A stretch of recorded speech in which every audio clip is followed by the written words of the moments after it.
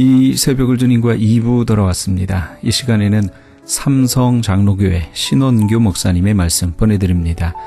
오늘은 요한복음 1장 29절에서 34절까지의 말씀을 본문으로 세례 요한의 증거 하나님의 어린 양이로다 라는 제목의 말씀 전해주시겠습니다. 그래서 엘리사벳이 예언대로 임신을 합니다. 자, 신비합니다. 그리고 아들을 낳았습니다. 아들을 낳았는데 우리 한국 사람도 그렇지만 히브리인들은 아들을 낳으면 딸을 낳으면 이름을 지어야 되잖아요. 그런데 이웃들과 친척들이 모여서 이 아이의 이름을 넣고 이름을 짓지 못 논쟁을 하고 있어요. 논쟁을 할 수밖에 없었던 하나님의 섭리하심이 있었습니다. 하나님께서는 천사를 보내서 일찍이 사가랴에게 엘리사벳에게 아들을 낳을 것이라. 네가 아들을 낳으면 이름을 요한이라고 하라고 이미 해주셨습니다. 그래서 그들이 아이를 낳는데 이름을 짓지 못하는 것은 하나님의 섭리하심이죠. 하나님이 하신 의도와 하나님이 하신 뜻을 관철시키기 위하여. 그래서 그때 사가랴가 이웃과 친척들이 논쟁하고 있는 그 현장에 가서 벙어리가 돼서 말을 할 수가 없기 때문에 필기도구를 가져다가 이름을 요한이라고 써주었습니다. 그래서 그 이름을 받는 순간에 하나님의 약속대로 세례 요한은 벙어리에서 풀어서 말을 하게 됐어요. 자, 놀라운 일이죠. 하나님의 섭리하심과 하나님의 간섭하심과 하나님의 놀라운 구원의 거룩한 역사를 이루어가시는 하나님의 절대적인 주권입니다. 이것을 우리가 그대로 믿을진데 성도들의 머리털까지도 헤아리시고 우리를 실족한 자리에 두지 아니하시고 하나님이 우리를 다스리시고 섭리하신다는 이 사실을 아십니까? 하나님의 이 놀라운 간섭하심 속에 신원교가 들어있다는 이 사실이 얼마나 행복한가. 우리 모두가 하나님의 주권 속에 있다는 사실이 얼마나 행복한가. 행복하신 분은 아멘 하시기 바랍니다. 그렇습니다. 그래서 요한은 예수님보다도 6개월 먼저 태어났습니다. 세례 요한이 장성한 후부터는 줄곧 그는 예루살렘 성에서 도시에서 살지 아니하고 그는 광야에 가 살았어요.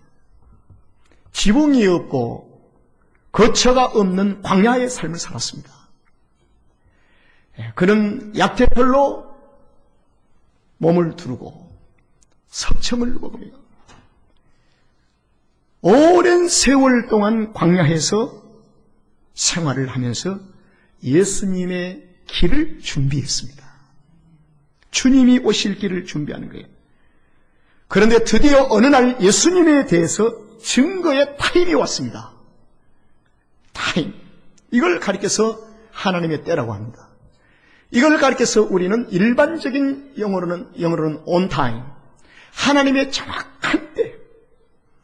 이것은 절대로 실수할 수 없고 오차가 없는 하나님의 정확한 때. 하나님의 만물을 창조하시고 이 땅의 모든 만물을 섭리하시고 다스리시고 신원교 목사의 생사를 주관하신 것까지도 정확하게 하나님의 타임 속에 하나님이 주관하신다는 것이죠. 이것은 누구도 비켜갈 수가 없는 거예요.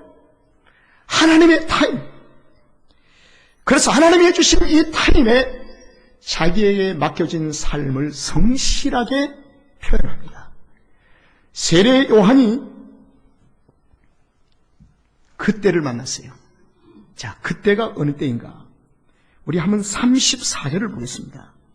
자, 우리 한번 다 같이 읽습니다. 시작. 내가 보고 하나님의 아들이심을 증거해. 이것을 그대로 풀이하면 내가 보니 그가 하나님의 아들이심을 내가 증거하노라. 내가 보니 들었단 말이 아닙니다. 깨달았다는 것이 아니에요. 뭐예요? 보니. 이것을 가리켜서 사도행전에서는 보았다는 이 말을 가리켜서 체험적인 신앙으로 초대교회 성도들 이후로 교회들이 사용을 합니다. 체험적인 신앙이다. 체험적인 신앙은 단순히 느끼고 듣는 것만으로 끝난 것이 아니라 보는 것까지 토탈적으로 이루어졌을 때 그것을 체험적인 신앙이라고 얘기를 합니다.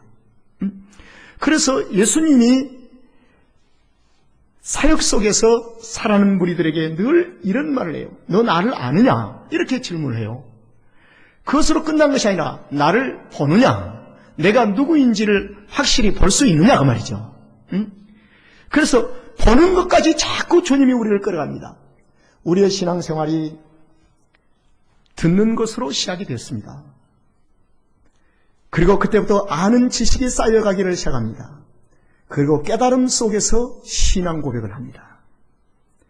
그런데 신앙 고백으로 깨달음 속에서 끝나고 보는 것에 대한 단계를 거치지 아니하면 신앙생활의 영역이 약해져요. 그래서 주님은 끊임없이 우리를 보는 신앙으로 이끌고자 하는 하나님의 의도하심이 있습니다. 한 가지 주의할 점이 있습니다. 보지 않고도 교회를 섬길 수도 있고, 보지 않고도 목사생활을 할 수도 있고, 보지 않고도 선교도 할 수 있고, 보지 않고도 구제할 수가 있어요. 보지 않고도 직분을 맡을 수가 있어요. 그러나 그것으로 인해서 우리의 삶 생활이 많은 영적인 혼란 속에서 불신앙과 신앙을 차례로 자꾸 왔다 갔다 합니다. 어떤 때는 하나님이 계신 것 같기도 하고 어떤 때는 하나님이 아니 계신 것 같기도 하고, 그 다음에 기도의 제목을 가지고 분명하게 붙잡고 기도하는데 이것이 하나님의 뜻이 아닌 것 같기도 하고, 어떤 때는 하나님의 뜻인 것 같기도 하고 혼란 속에 빠지기를 시작합니다. 이것은 보는 데 실패했기 때문입니다. 보는 자는 순교가 기다려도, 홍해가 기다려도 이미 본 자는, 그래서 사도 바울은 하나님의 나라를 보았습니다. 그는 천국을 보고 왔어요. 그래서 로마의 황제도 무섭지 않습니다. 어떤 장애물도 무섭지 않습니다.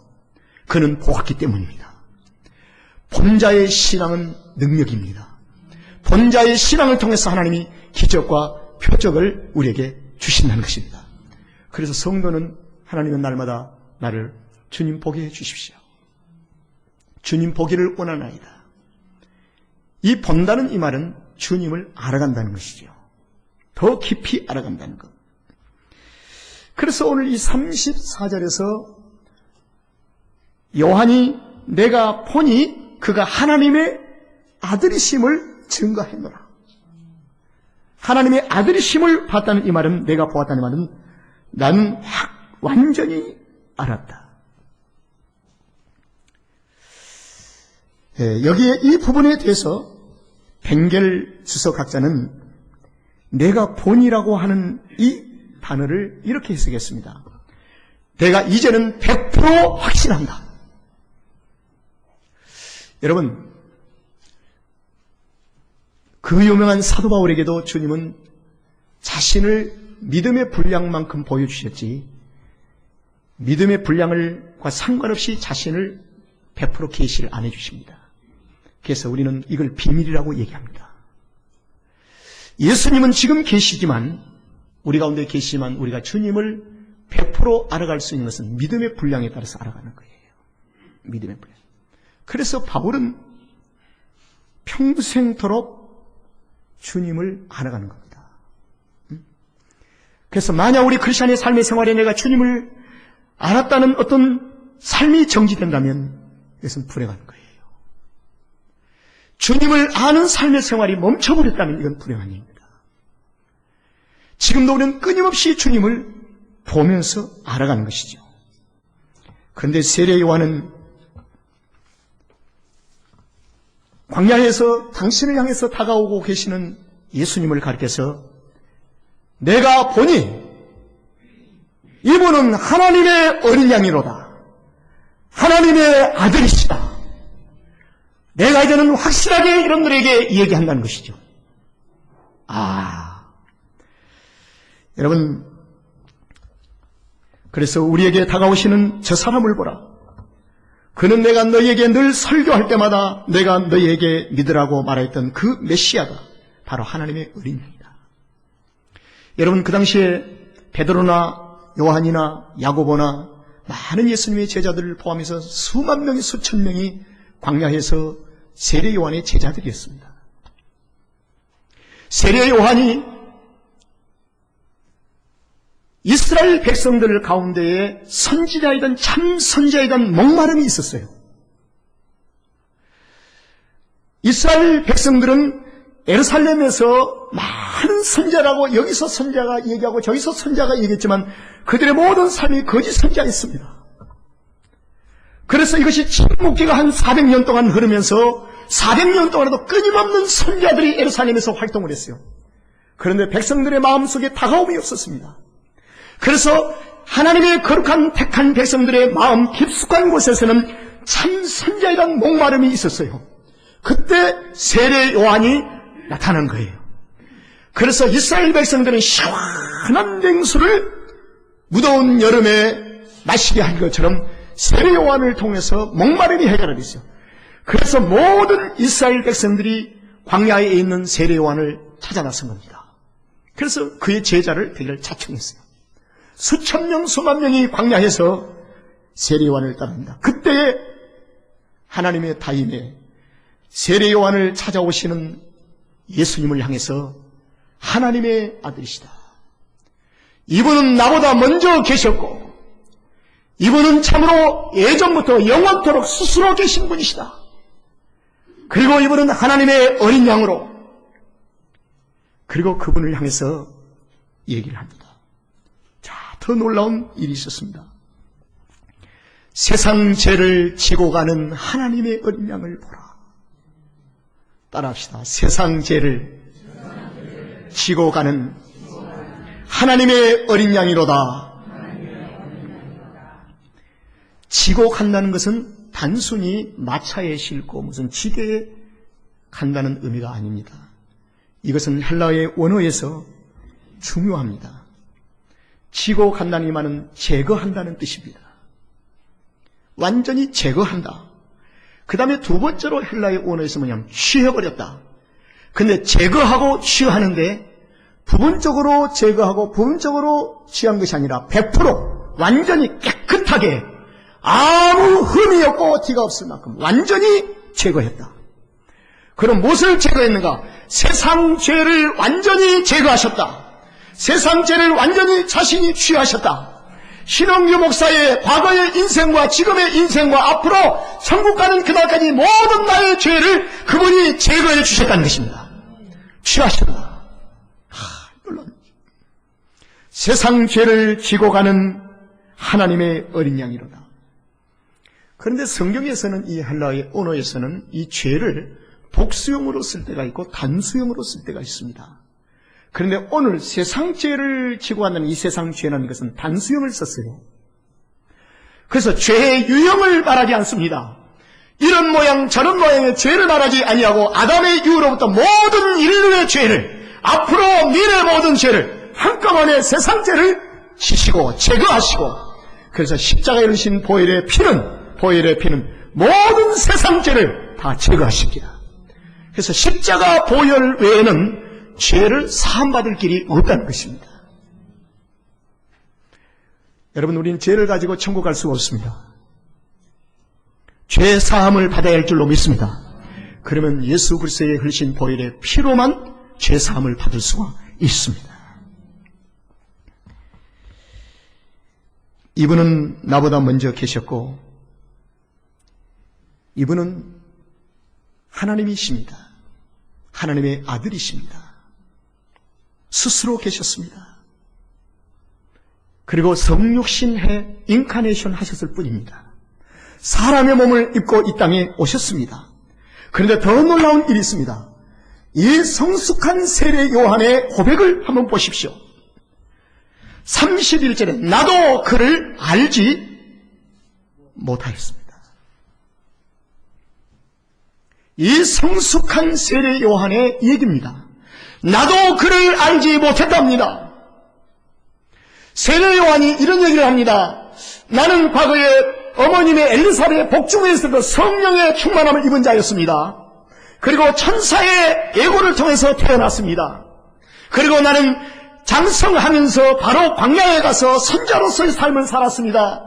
예루살렘의 도시에 살면서 죄에 묻지 않았습니다. 그런데 나는 그를 알지 못하였습니다. 이것은 무엇을 의미하는가요? 마태복음 3장에 보면 이런 말씀이 있어요. 세례 요한의 신앙 고백을 마태가 기록한 부분이 나오는데,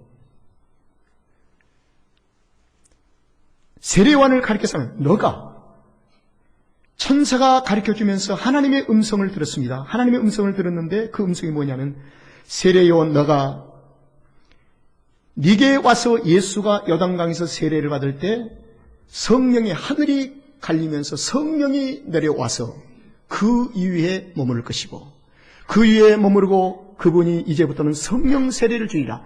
그 위에 머무는 것을 볼 때야 네가 그분이 성령 세례를 주실 분으로 진정한 메시아로 100% 하나님의 아들로 그때 가서 확신할 것이니라. 이거였습니다. 자, 그래서 알고 있습니다. 내 뒤에 오시는 그분이 메시아임을 알고 있어요. 깨닫고 있어요. 그런데 그는 33절에 이렇게 얘기를 합니다. 32절을 보겠습니다. 요한이 또 증가하되 내가 봄에 성령이 비둘기같이 하늘에서 내려와서 그 위에 머물렀습니다. 33절에 나도 그를 알지 못하였으나 나를 보내어 물로 세례를 하신 그이가 나에게 말씀하시되 성령이 내려서 누구 위에든지 머무는 것을 보거든 그가 곧 성령으로 세례를 준 이인 줄 알게 하셨기에 그때서야 비로소 만 메시아임을 알게 된다. 그러나 의심했다는 말이 아닙니다. 알고 있을 때에, 깨달았을 때 그분을 의심했다는 것은 아닙니다. 여러분, 그래서 34절이 해석이 되는 거예요. 자, 34절을 보겠습니다. 시작. 내가 보고 내가 보니 그가 하나님의 아들이심을 증거합니다. 여러분, 성도는 자녀의 교육을 시키고 자녀의 진로를 결정하고 성도들이 사업을 결정하고 직장을 결정할 때 기도 많이 하고 결정하세요. 지나가는 직감적으로 그것이 그렇다고 생각하면 안 됩니다. 또 기도하고 또 기도하고 또 기도해서 확신이 와야 돼요. 보아야 돼요. 많은 대부분의 그리스도인들은 자기의 직감에 의해서 결정을 내려서 낭패를 당합니다. 그래서 그리스도인들은 정말 깊이 기도를 많이 해요. 때로는 금식도 하고 확실한 응답이 오지 않으면 금식도 하면서 기다리면서 하나님의 인내를 기다려야 합니다. 우리는 쉽게 직감으로 결정해서 하나님의 뜻이라고 생각하여 낭패를 당하는 결과를 많이 줘야 합니다. 여러분, 그렇습니다. 내가 이제 보니 우리 앞에 있는 그분이 그리스도십니다. 우리가 그렇게도 기다렸던 메시아이십니다. 800년 전의 선자를 통해서 선포된 어린 양이 바로 이분이 하나님의 어린 양입니다. 살아계신 하나님의 아들이십니다. 세례 요한은 개인적으로 오랫동안 예수님을 알고 있었지만, 그가 그리스도라는 사실을 깨닫고 있었지만, 그분이 이곳에서 세례를 받으실 때 성령이 그 위에 임하심으로 나는 그를 알았습니다. 여러분, 우리 모두에게는 각자에게 맡기신 하나님께 주신 임무가 있습니다. 그 임무가 무엇인 줄 아세요? 일하는 사역은 다 달라도 그리스도인은 주제는 하나입니다. 그 주제를 중심으로 모여야 되는 거예요. 주제가 뭡니까? 하나님의 세상죄를 지고 가는 하나님의 뭐요? 어린 양을 보라. 왜 삼성교회가 우리 모입니까? 왜 목사와 집사의 만남이 있습니까? 왜 우리가 이곳에 모여야만 합니까? 우리 주제가 있기 때문입니다. 이 주제가 빠져면 우리의 만남은 의미가 없다는 것입니다. 사업 때문에 모인 것도 아니요, 직장 때문에 모인 것도 아니요, 우리는 나의 부귀를 통해서 누린 것이 아니라 이곳에 모인 목적이 무엇입니까? 주제를 위해서 모인 것입니다.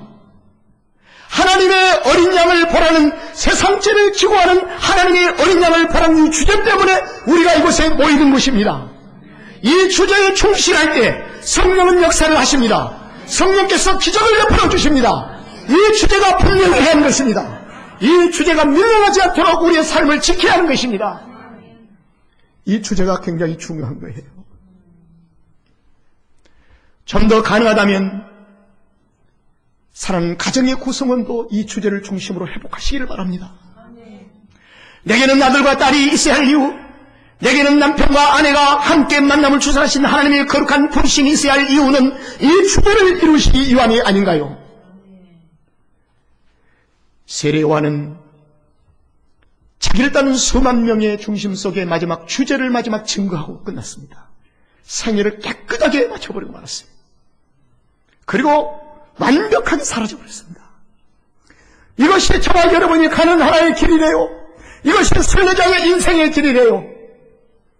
세례 요한은 스스로의 족적을 남겨서 노력한 것이 아니라 그렇게 살다 보니 지금 후손들에게, 믿음의 후손들에게 그 족적을 우리가 이해하는 것입니다. 그분의 족적을 이해하는 것은 예수 그리스도를 알기 위함으로 족적의 통로를 우리에게 남겨두셨습니다.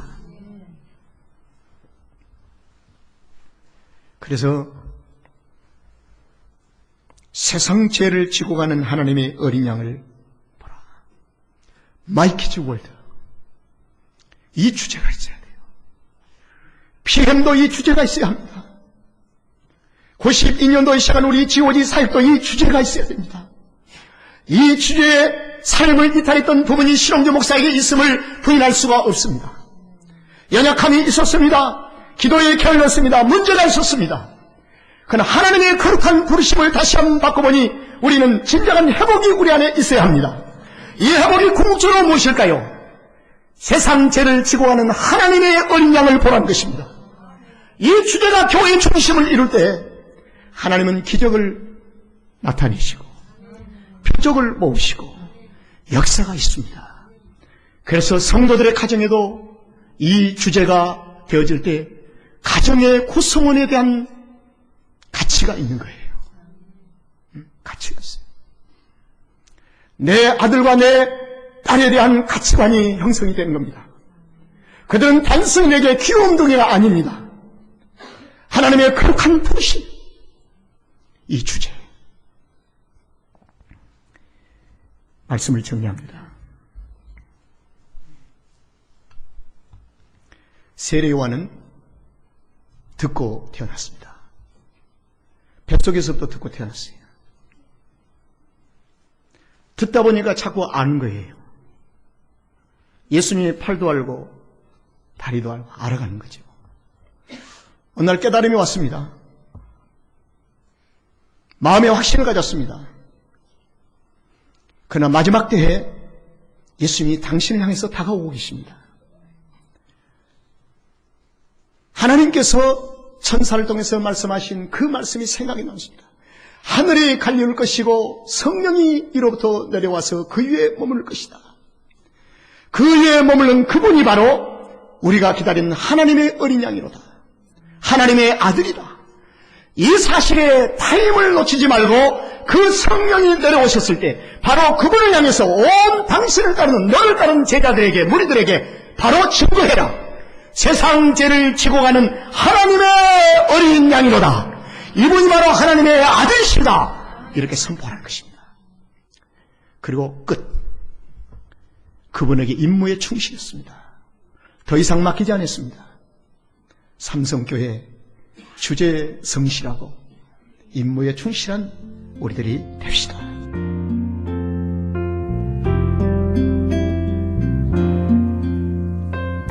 지금까지 삼성장로교회 신원규 목사님께서 세례 요한의 증거 하나님의 어린 양이로다 란 제목의 말씀 전해주셨습니다.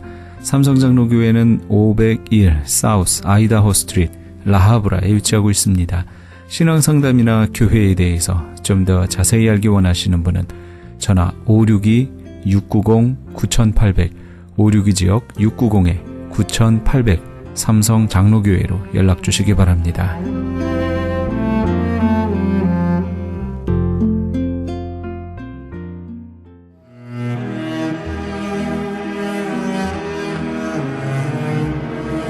크리스천 헤럴드는 신문과 라디오는 물론 TV, 인터넷을 통해 예수님의 복음을 가장 멀리, 가장 많이 전하는 종합 미디어입니다. 이런 사역을 감당하기 위해서는 우리 애청자 여러분의 후원과 기도가 절실히 필요합니다. 예수님이 우리에게 맡겨주신 이 지상 사역에 함께 동참하시지 않으시겠습니까? 내가 너희에게 분부한 모든 것을 가르쳐 지키게 하라 말씀하신 우리 예수님의 지상 명령에 함께 동참하시기 원하시는 분은 전화 213-353-0777 213지역 353-0777번으로 전화 주시면 자세히 안내해 드리겠습니다.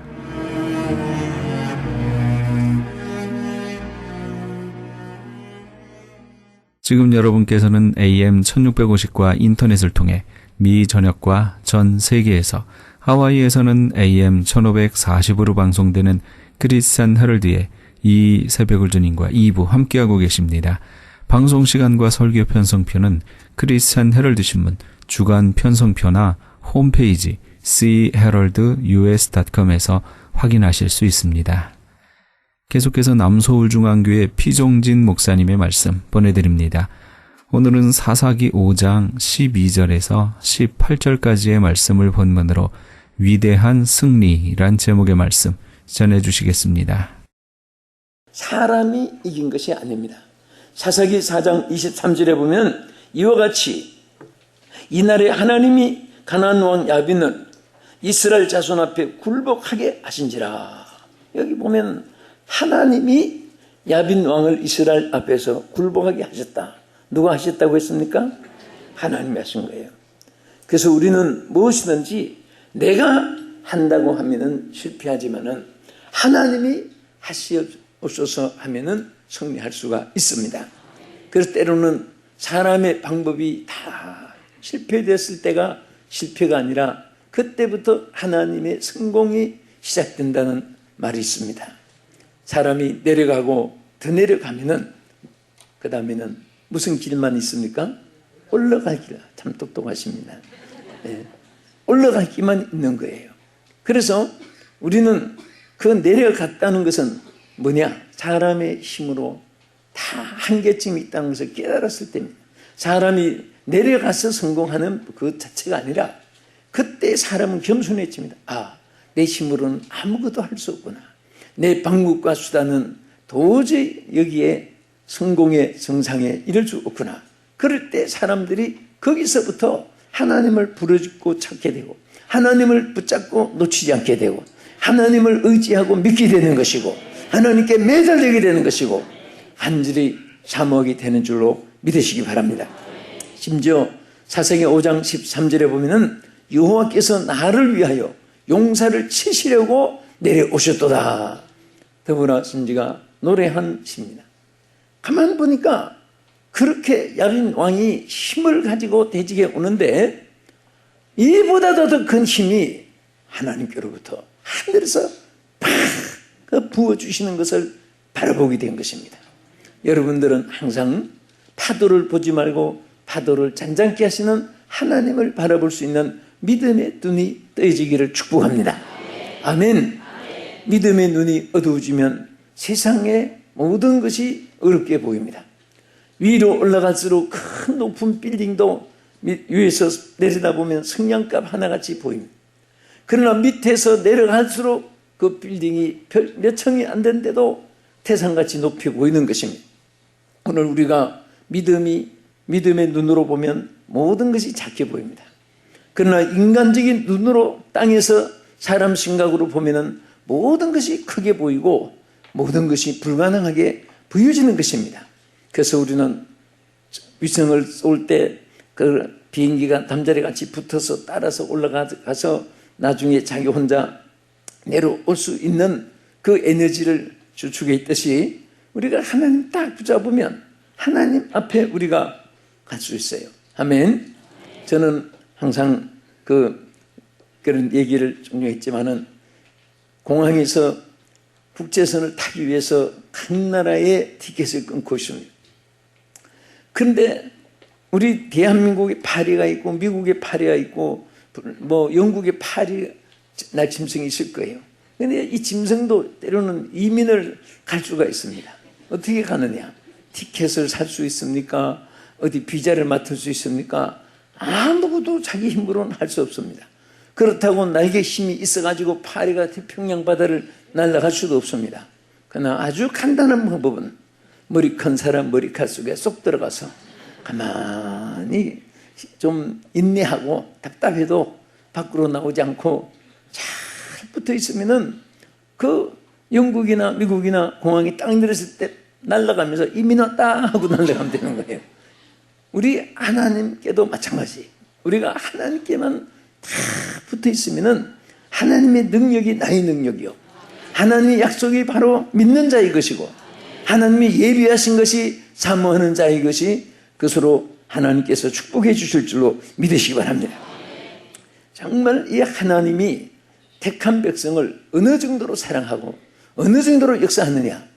여러분 이스라엘 백성이 애굽을 떠났을 때 그들이 진퇴양난 중에 있었습니다.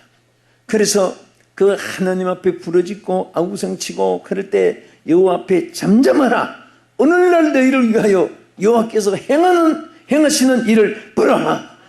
모세가 외쳤습니다. 정말 하나님이 홍해를 쫙 갈라가지고 이스라엘 백성을 밤새도록 아우성쳤는데 밤새도록 돌풍을 일으켜가지고 바람벽으로 바다를 통과하게 했습니다. 그때 이스라엘 백성의 뒤를 누가 따랐습니까? 바로가 다시 마음이 강팍해져가고 이스라엘 백성의 뒤를 따르게 했습니다. 막 따르게 하는데 이스라엘 백성이 그 바다를 육지까지 건널 때에 이 애굽 병력도 수레를 끌고 이스라엘 백성의 뒤를 막 따라오는 거예요. 그때 출애굽기 14장 24절에 보면은 새벽에 여호와께서 구름 기둥 가운데서 애굽 군대를 보시고 그 군대를 어지럽게 했다고 그랬습니다. 막 어지럽게 만들어 놨습니다. 그러니까 여러분 사람이 어지럽게 하는 것은 정신이 혼돈되는 거예요. 방향 감각이 없어지고 그 모든 판단의 지혜가 없어지는 것입니다. 무감각하게 되고 마치 한 이후에 뭐 살을 잘라도 감각이 없고 뼈를 톱으로 잘라도 감각이 없듯이 그렇게 혼돈 속에 빠져놓는 겁니다. 그런데 그것도 모자라가지고 하나님께서 이 출애굽기 14장 25절에 보면은 병거 바퀴를 벗겨서 막 뽑아버렸다고 했습니다. 달리는 병거 바퀴를 하나님 막 뽑아가지고 버리니까 전부 다 바퀴들이 닫혀박히게 되고 그래서 애국 사람들이 그때에 그들이 소리치기를 뭐라고 했습니까? 이스라엘 앞에서 우리가 도망가자. 여호와가 그들을 위해서 우리 애굽을 치시는도다. 도망가자 하고 주문했는데 도망갈 때 그 뒤에 더 내려가서 성경을 읽어보면 하나님이 모세가 기도한 중에 물이 합쳐져 가지고 도망가다가 물속에서 우리 죽고 말았습니다. 그러니까 사람이 어떻게 물을 갈라놓을 수 있으며 또 따로는 뒤에 애굽 군사들을 어떻게 막을 수 있습니까? 하나님이 막 바퀴를 뽑아서 손이 미치지 못하게 하고 그들은 또 도망했지만은 살 길로 피할 길로 그렇게 저들의 안식처로 갈 수 있었던 것이 아니라 오히려 바닷물이 합쳐져 가지고 저들은 수장당하고 말았던 것입니다. 하나님 능력을 믿습니까? 선민에 대한 하나님의 사랑을 믿으시면 아멘 하십시다. 구약은 이스라엘 백성이고 신약은 예수 믿는 여러분과 내가 선민입니다.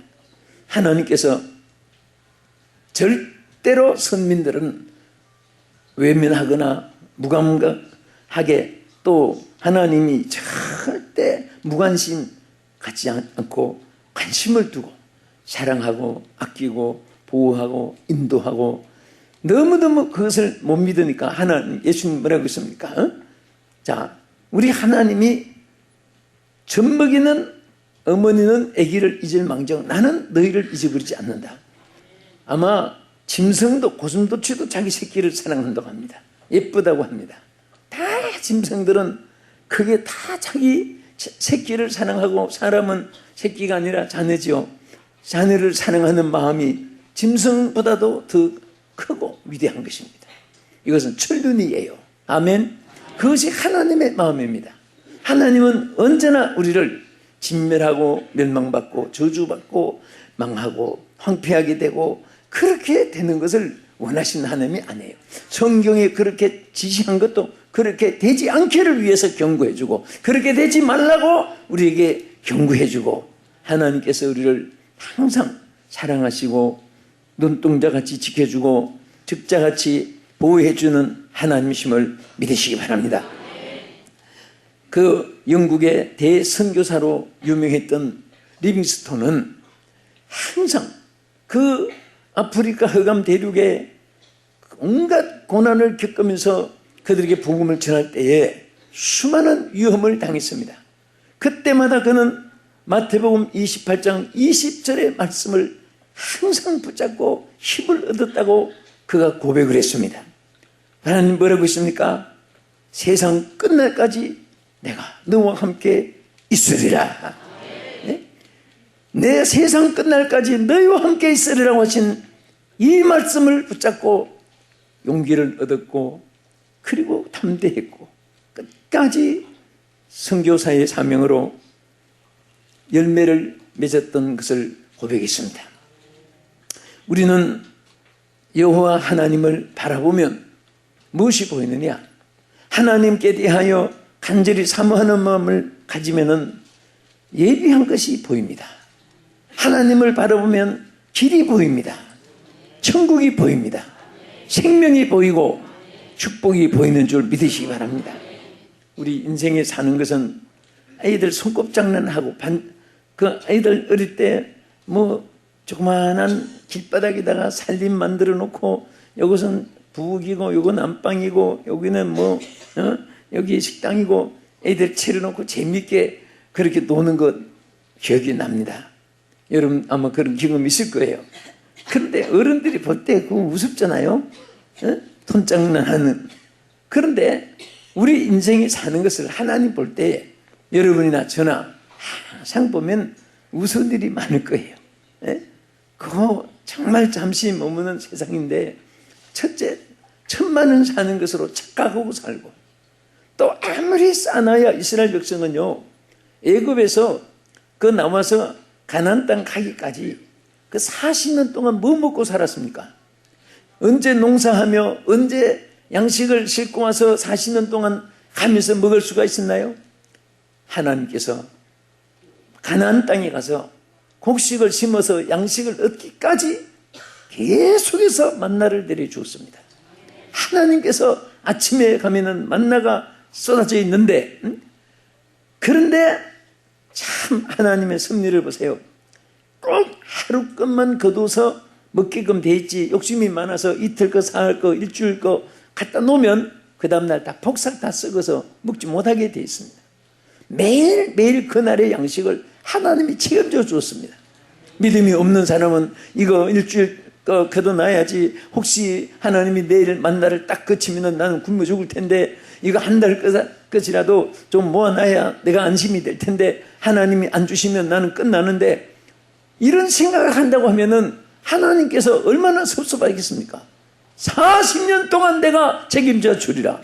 가나안 땅에 가서 새 것으로 너희들이 먹을 때까지 내가 다 책임 예비해 놓았노라.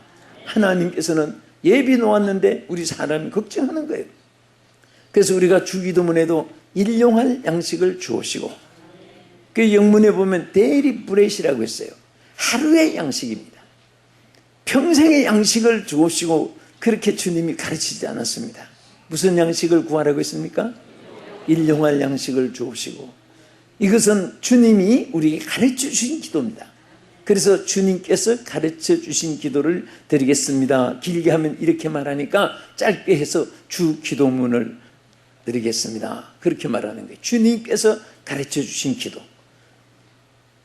그런데 주님이 가르쳐 주신 기도에 항상 우리에게 뭐라고 하십니까? 하루하루 그날의 양식을 구하고 그날에 만족하고 그 다음에 그럼 우리는 1년 거 양식이 있으면 일도 안 하고 그럼 앉아서 쉬고 먹고 지나면 되겠네. 그게 아니에요. 열심으로 일을 하라고 했습니다. 왜 이래야 되느냐? 나의 것은 하루 양식으로 3끼도 많은 건데 한 하루에 100끼 먹을 거 주고 하루에 1000끼를 먹을 수 있는 걸 주는 것은 왜 주느냐? 하나님을 위하고 이웃을 위하고 사회를 위하고 이를 위해서 주는 거예요.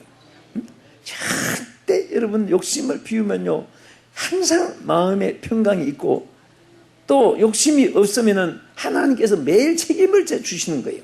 예? 아무도 근심 걱정할 필요가 없습니다. 욕심을 부리니까 될 것도 안 되는 거예요. 마음을 비우면 하나님이 책임을 져주실 줄 믿으시기 바랍니다. 그리고 우리는 항상 하나님께서 이 전쟁에서도 싸워서 승리를 주듯이 우리 생활에도 우리는 생활에도 전쟁입니다. 예? 산업 전쟁이 있습니다. 또 정보 전쟁을 합니다. 기술 디자인 그것도 서로 전쟁입니다. 어느 것이 더 좋은 거 그거 입수하기 위해서 모든 이 지금은 전부 다 정보화 시대에 그것도 전쟁입니다. 그러나 우리 예수 믿는 사람들은 하나님의 뜻대로 살려고 애쓰고 노력하면 절대로 하나님께서 우리에게 모든 것을 주십니다. 절대로 사랑하는 우리 성도들이 불의한 것을 좋아하지 말고 예? 불법적인 것을 절대로 그것은 독약이고 토해야 내게 되고 그것은 하나님 기뻐하지 않아요. 정직해야 됩니다. 더구나 우리 교회는 많은 기관들이 있고 많은 재정 관리도 있고 또 전체 관리도 있습니다. 정말 이것은 성물입니다. 우리가 성물을 다룰 때 깨끗이 다뤄야 돼요. 여러분 교회 추수감사절 때 보면요 어떤 분은 하나라도 교회에 갖다 놓고 교회의 것을 절대 자기가 이 쓰는 것을 가져가는 것을 죄송스럽게 한 분이 하면 어떤 분은 우리 교회에 뭐 그런 분이 없겠지만은 예? 그 남아있으면 뒷주머니에다가 어떻게 하면 저거 누가 가져가나. 여러분 교회는요 가져가는 곳이 아니라 밭이 짓는 곳이 축복이에요. 여러분 교회 생활할 때 제일 복받는 생활이 뭔지 아세요? 내가 우리 교회를 위해서 무엇을 할 것인가 생각하는 사람은 복이 임합니다. 그러나 우리 교회가 나를 위해서 무엇을 해주는가 생각하면 복이 임하지 않습니다. 또 주의 종들도 주의 종들이 나를 위해서 무엇을 해주느냐 이에 타산을 하면 복이 안 돼요. 내가 주의 종을 어떻게 받을 것인가를 생각하면 축복이 되는 줄로 믿으시기 바랍니다. 할렐루야. 그것이 누구에게 축복이 오냐? 누구에서부터 오느냐? 사람이 주는 것이 아니에요. 사람은 우리 인간적인 서로 관계성을 갖고 있는 것뿐이고 그런 사람에게 하나님이 복을 주시는 것입니다. 믿습니까? 여러분과 저는요 하나님이 주시는 복을 받아야 돼요.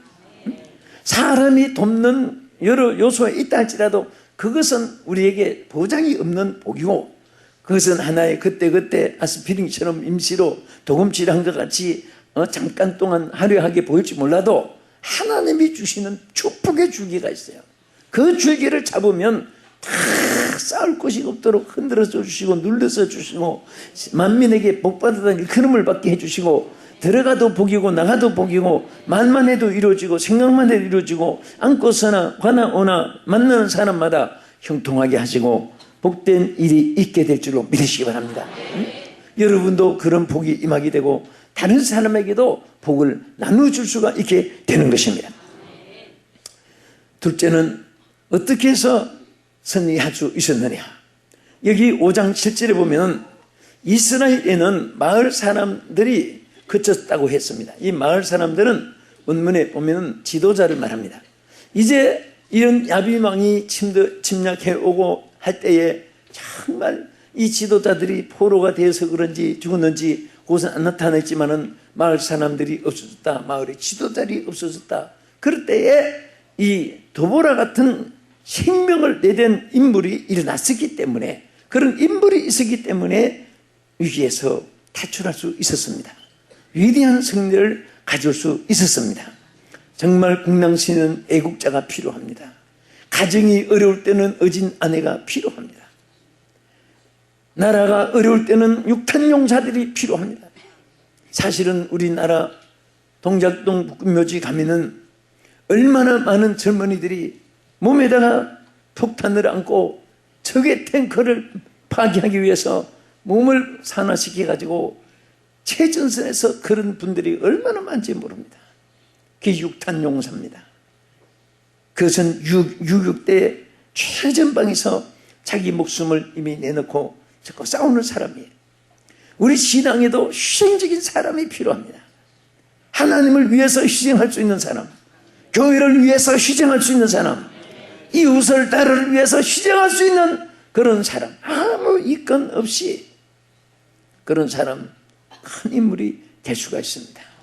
저는 어떤 때는 나라의 국회 의원들이나 재산 이렇게 목록 공개할 때 보면요, 그 2살짜리 3살짜리가 그 돈이 막 수십억씩 쌓여있고 땅이 수십만 평이 있고, 참 그런 사람들이 어떻게 나라의 지도자가 돼가지고 무엇을 지도할 것인가, 그렇게 재물을 착취하는 것을 지도할 것인가, 가르쳐 줄 것인가. 정말 우리 인생에 사는 것은 희생이 있을 때 무엇이 있는 거예요. 하늘의 미랄이 썩어서 싹을 내는 것입니다. 촛불이 녹아져서 빛을 발하는 것입니다. 할렐루야. 이사야 선지자는 일어나 빛을 발하라. 여러분 한 분 한 분이 어떻게 하면 빛을 발할 수 있습니까? 자기를 희생할 때 촛불처럼 빛을 발할 수 있습니다. 어떤 때 맛을 낼 수가 있습니까? 소금처럼 자기를 희생시킬 때 그 소금이 녹아야 그 맛을 낼 수가 있습니다. 그래서 더불어 이 선지는 생명을 내걸고 자기가 정말 목숨을 전쟁터에 가서 이를 각오를 하고, 여자지만은 일어나서 그것이 오히려 큰 역사가 감동이 되었습니다. 여기 도보라라는 뜻은 벌이라는 뜻도 되고 꿀이라는 뜻도 되는데, 이것은 정말 그는 라피도스의 라피도스의 아내로 있으면서도 자기 생명을 나라를 위해서 내가 이럴 때에 하고 일어난 거예요. 어제 제가 뉴스에 보니까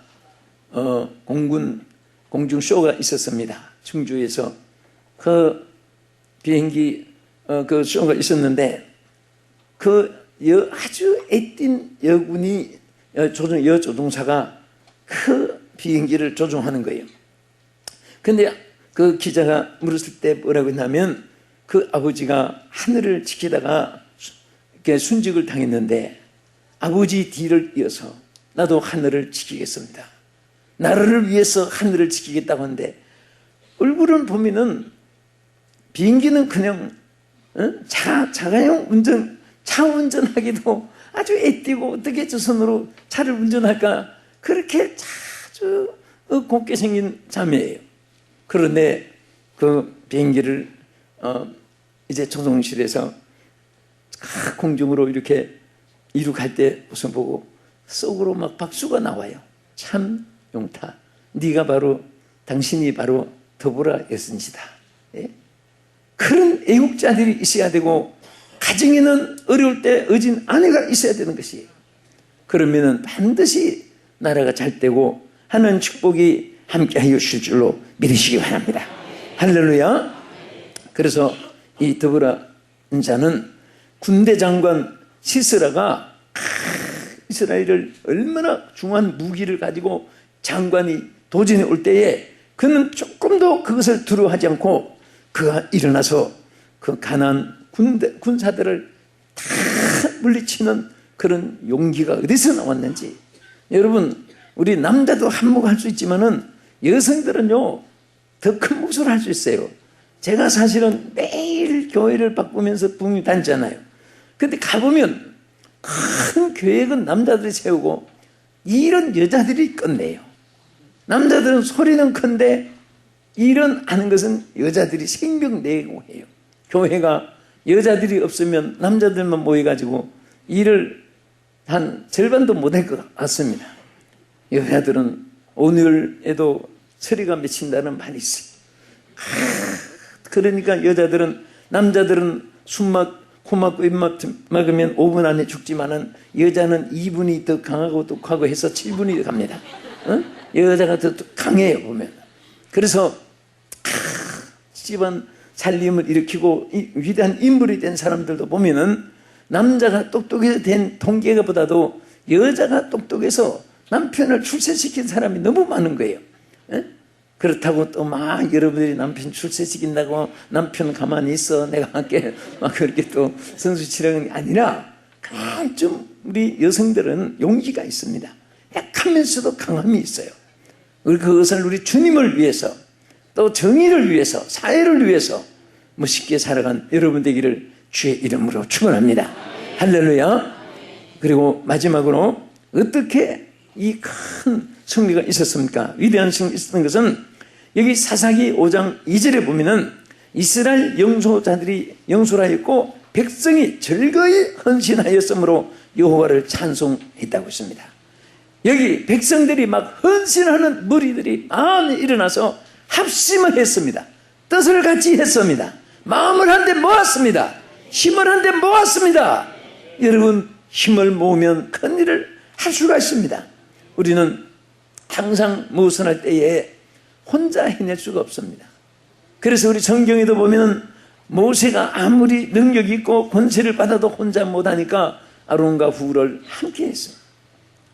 여러분 바울이 그렇게 위대한 삼층천까지 올라가는 신령한 은혜를 받고 능력을 받았지만은 성도들에게 항상 Pray for me, 나를 위해 기도해 주시오. 나를 위해 기도해 주세요. 나를 위해 기도해 주시오. 항상 부탁을 했습니다. 그래서 힘을 합칠 때 무엇이든지 할 수가 있습니다. 바울도 혼자 힘 가지고 안 했습니다. 반드시 디모데와 함께 했습니다. 또 실라와 함께 했습니다. 다윗과 요나단이 함께 했을 때 힘이 있었습니다. 우리는 이 몸의 지체가 두 다리 중에 한쪽 다리만 없어도 달려가지 못합니다. 두 다리가 있어야 됩니다. 우리 몸의 지체가 많이 있지만은 어느 지체 하나만 고장이 나도 온 전체가 다 힘을 빠지는 거예요. 우리는 하나는 지체입니다. 우리는 전부 다 지체입니다. 몸된 교회 지체들입니다. 힘을 합치고 한데 뭉치고 함께 할 때에 반드시 하나님께서 여러분 위에 큰 역사를 나타내시고 반드시 야빈 왕을 채우시고 승리한 위대한 승리가 여러분에게도 함께 할 줄 믿고 주의 이름으로 축원합니다.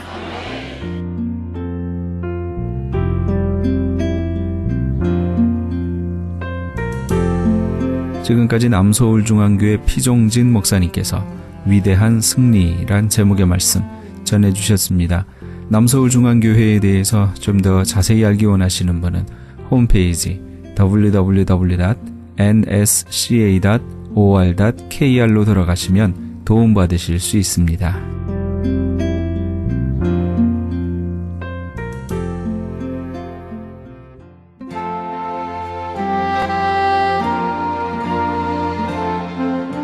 안녕하세요. 완도에서 온 김정두 목사입니다. 섬마을 무입탁 독거 어르신 섬김을 위한 사랑의 미역 나누기 운동에 적극 참여 바랍니다. 참여를 원하시는 분들은 714-501-2737, 714-501-2737로 연락 바랍니다. 기적의 영양제 M3를 아십니까? 무슨 병에 걸렸던지 큰 효과를 준다는 그 신비한 기적의 영양제. 혈액에 영양을 공급하여 힘이 생기니까 피곤하지 않고 이제는 지팡이 없이 걸을 수 있다고 많은 분들이 간증을 합니다. 혈액 해독, 기력 회복, 뼈 골수 영양 공급, 심장, 뇌, 혈전 용해. 유태인 회사가 제조한 특수 영양제. M3. 혈액 순환을 잘 되게 하는 최고급 영양제. M3. 크던 작던 아픈 곳이 있다면 M3. 213-435-9600, 213-435-9600번입니다. 정직한 마음으로 권해드립니다.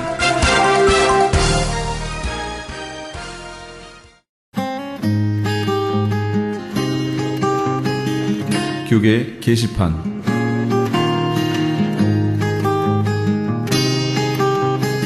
남가주 기독교 교회 협의회에서 제5차 2013 사랑의 쌀 나누기 행사를 합니다.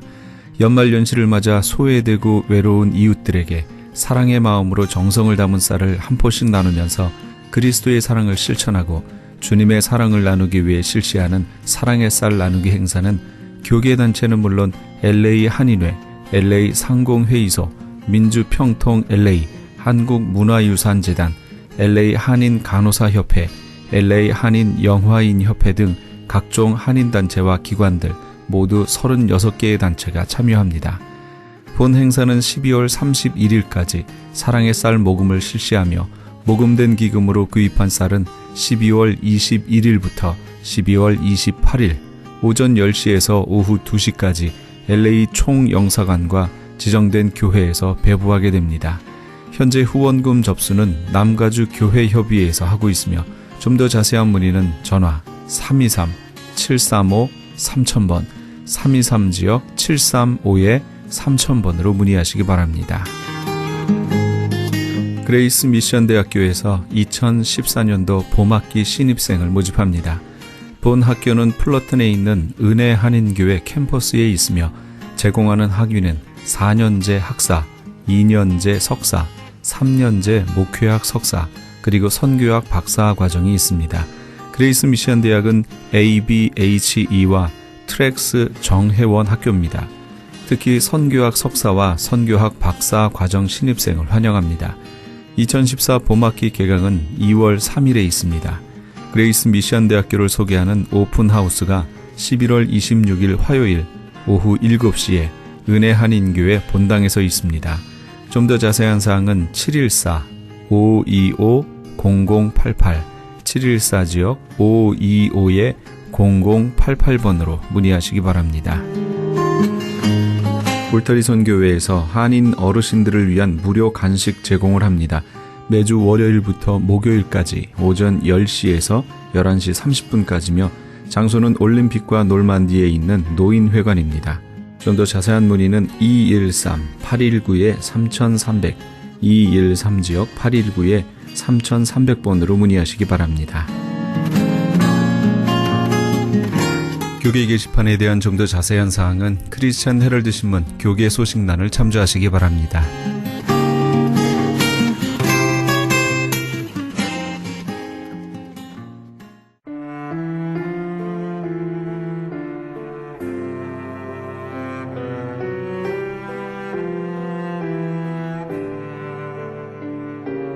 하나님께 참으로 예배하는 자들은 신령과 진정으로 예배할 때가 오나니 곧 이때라.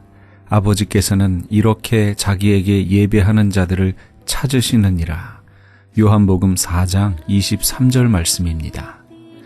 근신하라 깨어라. 너희 대적 마귀가 우는 사자같이 두루다니며 삼킬 자를 찾나니.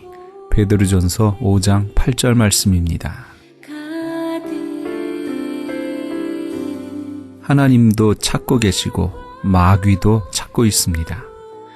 하나님께서는 참으로 예배하는 자를 찾으시고 마귀는 삼킬 자를 찾고 있습니다. 누구에게 발견되기를 원하십니까? 오늘 신령과 진정으로 예배함으로 하나님께 발견되시는 그런 복된 하루 되시기 바랍니다. 이 프로그램은 먹노노미온 TM 포뮬러를 취급하는 효과좋기를 소문난 내처 영양제 센터와 이민법을 전문으로 하는 김한주 변호사 사무실에서 도움 주셨습니다.